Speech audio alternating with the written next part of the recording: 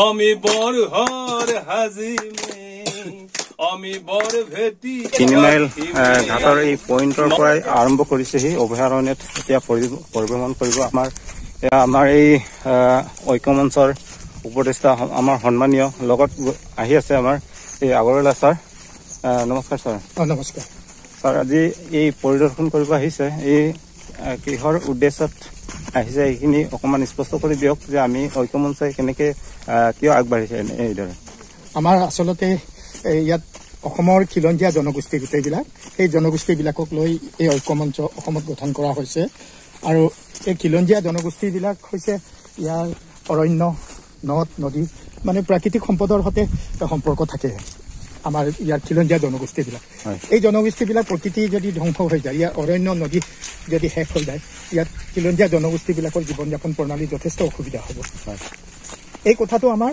কেন্দ্ৰীয় কমিটিৰ সম্পাদক মহোদয় আহিছে প্ৰহ্লাদ মিলি তেখেতসকলে আলোচনা কৰাৰ পিছত আমাৰ জনগোষ্ঠীয় সাংস্কৃতিক ঐক্যমঞ্চই সিদিনা পবা বনাঞ্চল অভয়াৰণ্য ঘোষণা কৰিব লাগে বুলি বিধানসভাত উত্থাপন কৰাৰ লগে লগে পবা বনাঞ্চল সংৰক্ষণত আমিও কিছু অৱদান আগবঢ়াব লাগে আৰু ইয়াৰ জনসচেতনতা বৃদ্ধি কৰিব লাগে আৰু ইয়াৰ আশে পাশে থকা এই দাঁতিকাষৰীয়া বনাঞ্চলখনৰ দাঁতিকাষৰীয়া গাঁৱৰ মানুহবিলাকক পবা বনাঞ্চল যে অভয়াৰণ্য হ'ব ইয়াৰ যে বহুত অমূল্য প্ৰাকৃতিক সম্পদ আছে এই সম্পদবিলাকক যে সংৰক্ষণৰ প্ৰয়োজন হৈছে সেই কথাটো মানুহৰ মাজত প্ৰচাৰ কৰিবৰ কাৰণে আমি আজি এটা জাংগুল ট্ৰেকিং এটা কৰিছোঁ মানে জাংগুল ট্ৰেকিং এই জাংগুল ট্ৰেকিঙৰ যোগেদি আমি আমাৰ সদস্যসকলে যিবিলাক পুৰণি সদস্য আছে যিসকলে অৰণ্য সম্পৰ্কে পূৰ্ব জ্ঞান আছে কাৰোবাৰ জ্ঞান নাই এইসকলক পবা যে কিয় অভয়াৰণ্য ঘোষণা কৰিব লাগে সেই কথাটো আমি পবাৰ অভ্যন্তৰীণ কিছু অংশত আমি বাফাৰ জোনতে থাকিম আমি ক'ৰ এৰিয়াত প্ৰৱেশ নকৰোঁ তাত সোমাই আমি পবা বনাঞ্চলৰ সমৃদ্ধিশালী বনাঞ্চলসমূহ দেখুৱাম আৰু এই দেখুৱাৰ লগে লগে এই আমাৰ সদস্যকেইজনে এই কথাটো যে পবা বনাঞ্চল সঁচাকৈ অভয়াৰণ্যৰ যোগ্য আৰু ইয়াৰ সংৰক্ষণৰ প্ৰয়োজন সেই কথাটো গোটেই অসমত প্ৰচাৰ যাতে কৰক আৰু জনমত এটা গঠন হওক পবা বনাঞ্চল অভয়াৰণ্য সোনকালে হওক এই জনমত এটা গঠন কৰাৰ উদ্দেশ্য আজি আমি এই অভিযানটো হাতত লৈছোঁ হয় এই ক্ষেত্ৰত আমাৰ জনগোষ্ঠীয় সাংস্কৃতিক ঐক্যমঞ্চে সম্পূৰ্ণৰূপে গুৰুত্ব দিছে ছাৰ হয় আমাৰ এইটো কেন্দ্ৰীয় কমিটিৰ এটা সিদ্ধান্ত কেন্দ্ৰীয় কমিটিয়ে আমাৰ ইয়াত খিলঞ্জীয়া জনগোষ্ঠীৰ কাৰণে মানে যি জীৱনৰ লগত সম্পৰ্ক থকা প্ৰায় বিষয়বিলাকক তেওঁলোকে কি কৰে গুৰুত্ব দিয়ে মানে জনগোষ্ঠীয় সাংস্কৃতিক ঐক্যমঞ্চ যেনে অৰণ্য অবিহনে নদী অবিহনে আমি জীয়াই থাকিব নোৱাৰোঁ কাৰণ নদী আমাৰ বিভিন্ন প্ৰকাৰৰ প্ৰয়োজন আমাৰ মানুহে মৎস্যজীৱী মাছ মাৰে যদি নদীত মাছ নাথাকে আমি মাছ ক'ৰ পৰা উৎপাদন কৰি খাম গতিকে নদীখনকো আমি সংৰক্ষণ কৰিব লাগে নদীক সংৰক্ষণ কৰিবৰ কাৰণে নদীৰ নিচিনা বৈ থাকিব লাগিব যদি নদীত বৃহৎ নদী বান্ধ কৰে তেতিয়া নদীৰ সোঁত সলনি হ'ব সোঁত হ'লে সেই নদীত যিটো স্বাভাৱিকভাৱে জীয়াই থাকিব পৰা মাছ কিছুমানৰ বংশ লোপ পাব গতিকে আমি কিছুমান নদী নলা নৰ্দমা সেইবিলাক জলাশয় খাল বিল সেইবিলাককো সংৰক্ষণৰ কথা আমি জনগোষ্ঠীয় সাংস্কৃতিক ঐক্যমঞ্চই গুৰুত্ব প্ৰদান কৰিছে হয় ছাৰ আজি কিমান দূৰ অভয়াৰণ্যৰ ভিতৰলৈকে পৰিভ্ৰমণ কৰিব বিচাৰিছিলোঁ আমি এতিয়া পবা বনাঞ্চলত 3টা বনখণ্ড আছে এই 3টা বনখণ্ডত আমি 3 মাইল বনখণ্ডত উপস্থিত হৈছোঁ 3 মাইল বনখণ্ডৰ পৰা আমি আমাৰ যাত্ৰা আৰম্ভ কৰিছোঁ এই যাত্ৰাত আমি 3 মাইল বনখণ্ডৰ পৰা আমি 5 মাইললৈ যাম 5 মাইলৰ পৰা আমি 12 মাইললৈ যোৱা বাটেদি প্ৰায় 3 কিলোমিটাৰমান খোজকাঢ়িম খোজ কঢ়াৰ পিছত যেতিয়া আমি বনাঞ্চলৰ পৰ এৰিয়াত সোমাম তাৰ পৰা আমি উভতি আহিম কাৰণ বন্যপ্ৰাণী এতিয়া যথেষ্ট অঞ্চল এই হেৰিয়াত হাবিৰ ভিতৰত হৈ আছে সেইকাৰণে আমি ইয়াত আমাৰ আজি বনকৰ্মী সুৰক্ষা কৰ্মীও নাই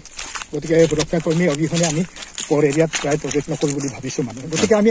আজি প্ৰায় প্ৰতিকূলক এয়া দেখিছে পবা বনাঞ্চলত আমি এনেকুৱা অংশত খোজকাঢ়িছোঁ এফালে বনাঞ্চল আনফালে চাপৰি অঞ্চল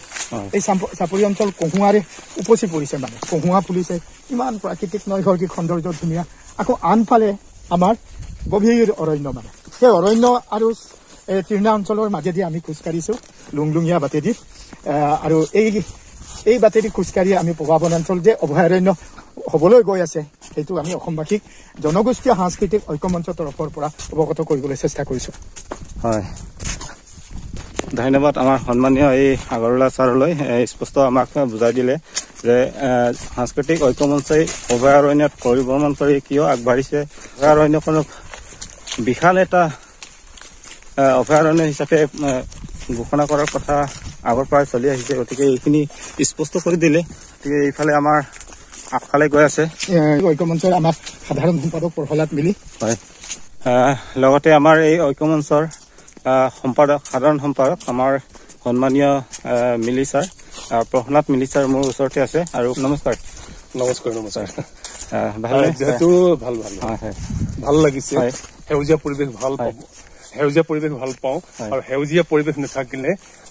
জীৱ জীয়াই থাকিব নোৱাৰে। সেই কথাটো মানে বন নাথাকিলে প্ৰাণী জীয়াই থাকিব নোৱাৰে। প্ৰথমে আমি